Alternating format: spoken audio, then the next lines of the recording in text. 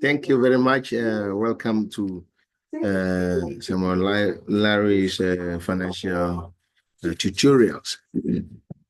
This is a little I also want to contribute in the area of finance and accounting studies. But before I zoom into the work, and let me say that I'm somebody who has that passionate interest in the study of finance. In the area of finance, I'm doing a video. I'm doing a video. Where? You bite it. Go and take the mirror and look at it.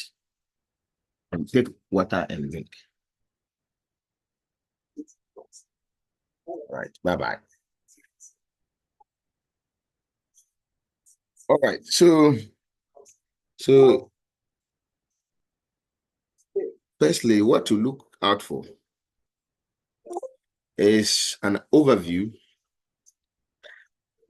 Sorry for the interruption, but let me highlight that Samuel Larry is my name.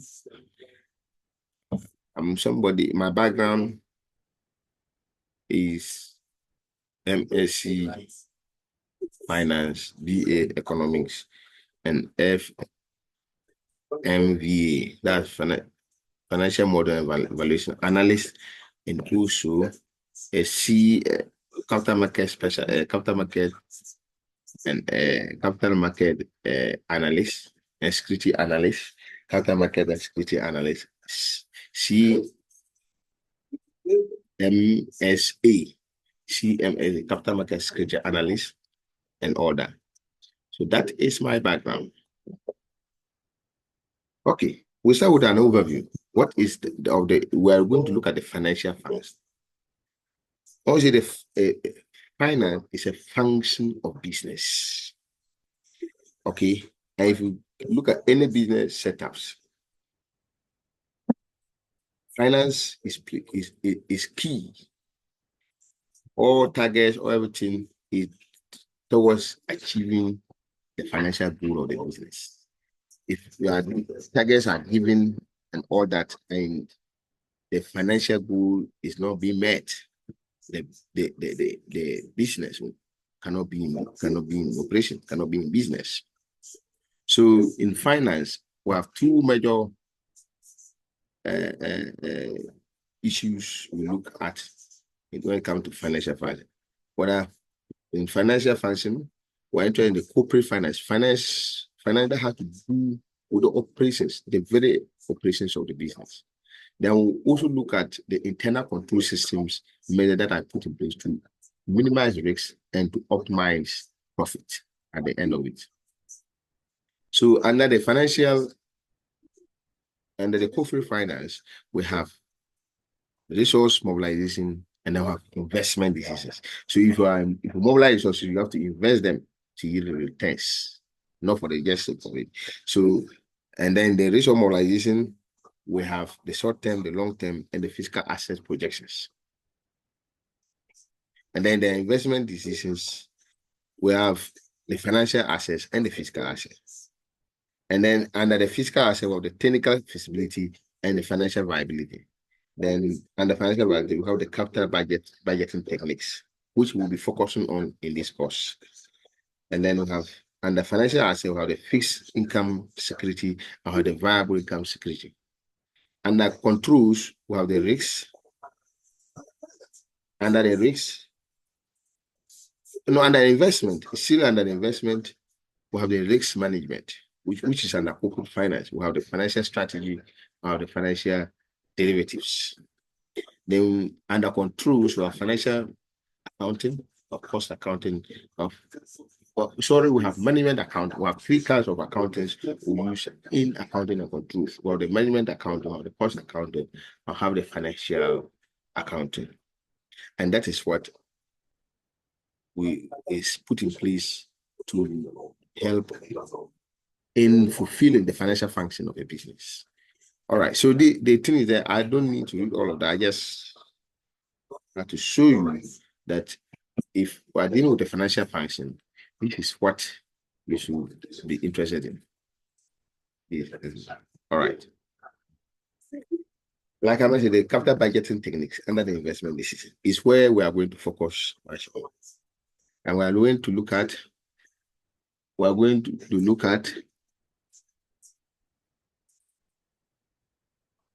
the capital budgeting techniques.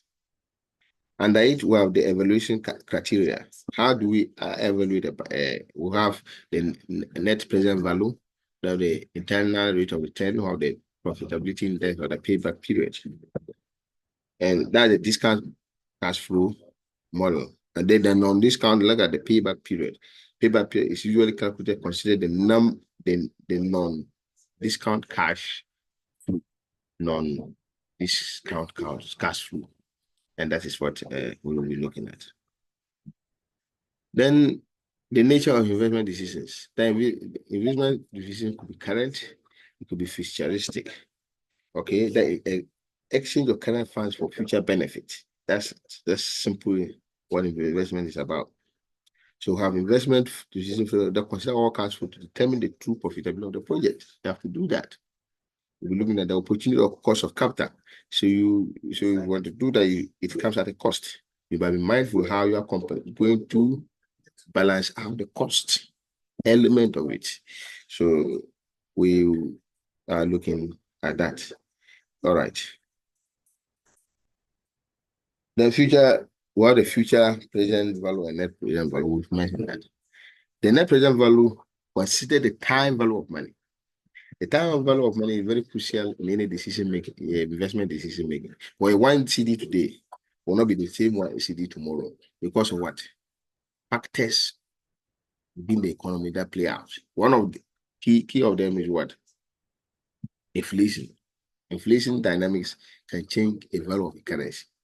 That's in economics what we call the purchasing power. Then we can also have liquidity issues that can affect the value of currencies.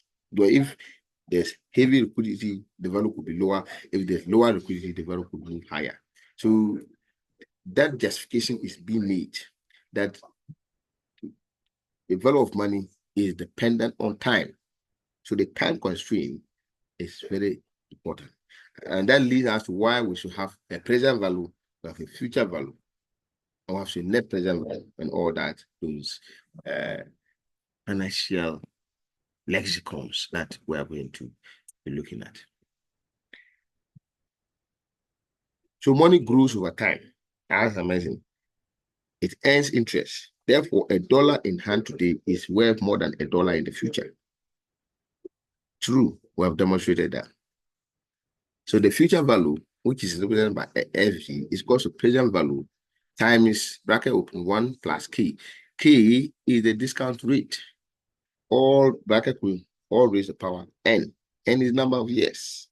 So we'll be demonstrating that. So if you want to find the present value, you what? You do what we call the change of subject scenario, you change of subject, and then you are able to, in that case, future value is equal to present value times 1 over 1 plus what? K raised to the power N. And then we'll give you your present value. We're not going to be reading the literature. We are just explaining the concepts. Now, a question is given that if $100 is invested in a bank today,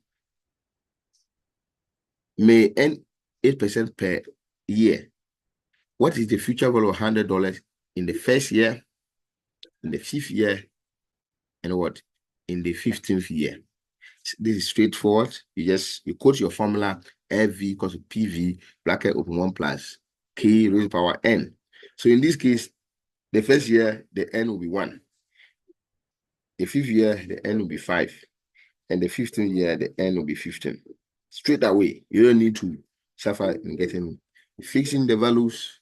The $100 is given, the rate, the K, which is 8%, is given. And then the N is also given. So you're just fixing the values And when you solve the first year, you will arrive at 100 times 1.08. If you do that, let me open my Excel. Yeah, let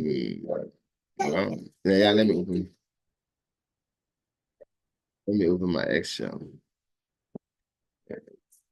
If we do that, equals 100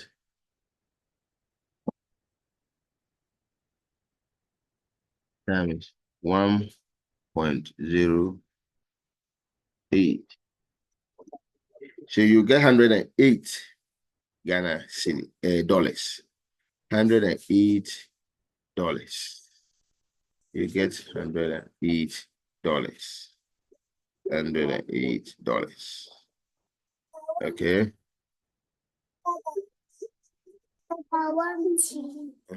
So you get $108. You just got it right now. You want, but you just take biscuit and you want tea again. To afternoon time. We want us to go to your hospital. You just take toffee and you want to take tea again. You want us to go to the hospital. I mean, you are sick. Wait. If you I have to send, I will send you to the hospital. Don't come to my place again.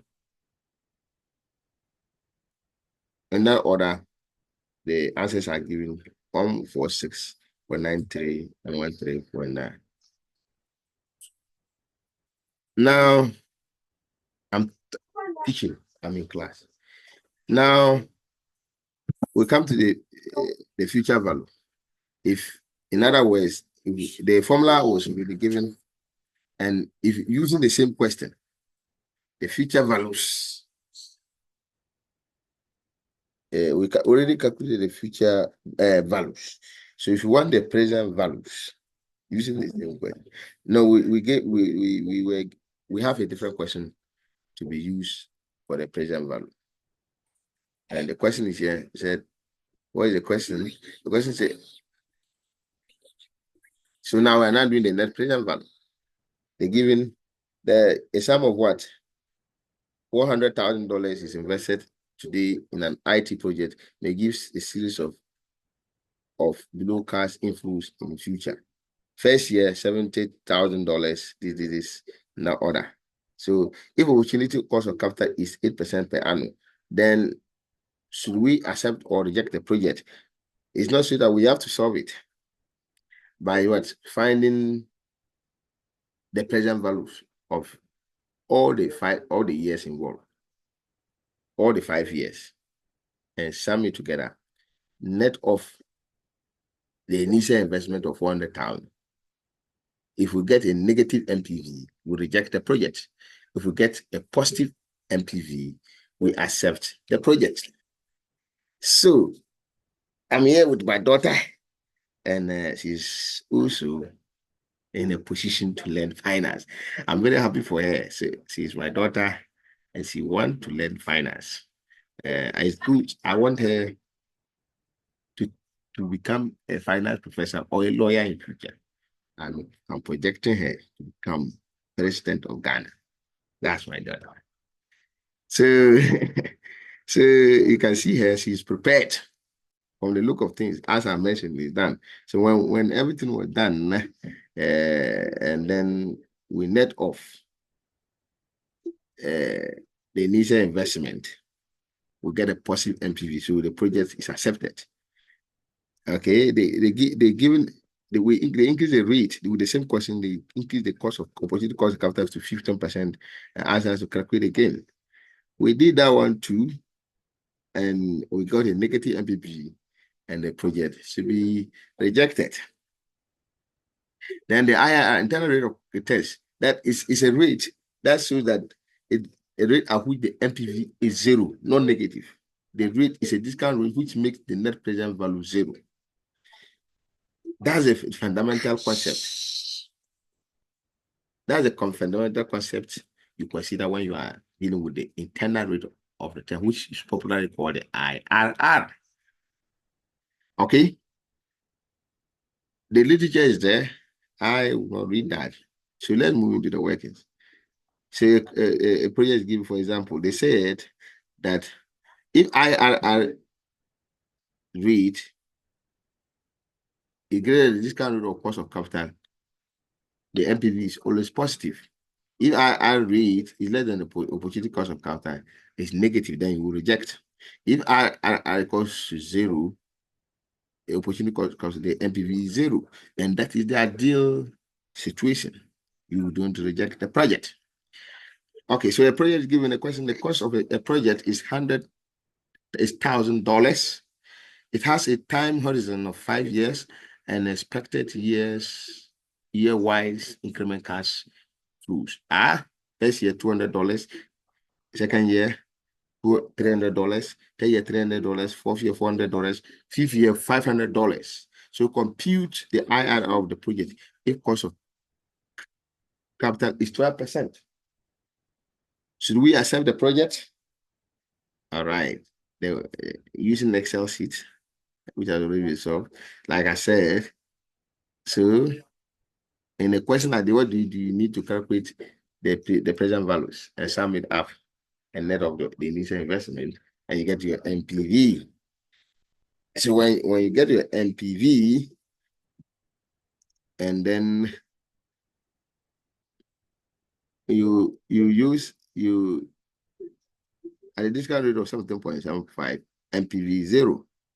And therefore, IRR at 17.7, since IRR discount is greater than the 15, is greater than the discount rate, projects can be accepted. Yeah, I said it. So when we finish and decide to use that rate, we got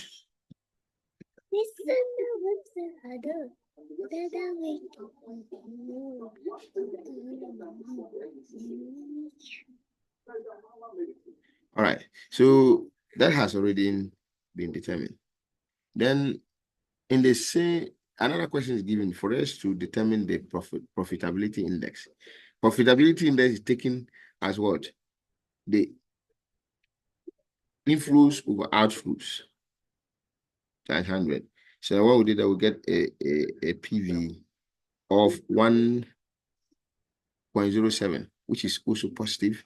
That indicates a higher profitability ratio, which means we should accept the investment, so accept the project. All right. So payback period. So the payback period that is normally analyzed in a sense that it looks at the cash flows of a business, how long it takes to pay off the initial investment that has already incurred in investing in the project. So sometimes if it costs $100 to establish a project and within 2 years, it can pay off. So meaning the rest of the years will now be profits that will be made. Okay. So in that determination, we look at the influence and its impact in defraying the cost of capital. And that is what is done. So we come here and you can see, so that is what has been done. The first year, they look at how much was involved, you add, and then to the second year, you get this. And then you match it against this. And when we did that, you can see that payback period non-discount is 3.3 years, 1 month. So you add the flows, and by the third year, it was enough. And this is the figure. After the third year, meaning just third year plus some 1 month into the fourth year, that recovers the investment, which is a 4-year investment. So it means a good project. It's acceptable. It's capable of what? Being paying for itself. So this is just the initial video. My daughter is here from us. We say very thank you for putting us, and then say bye-bye for now. Bye.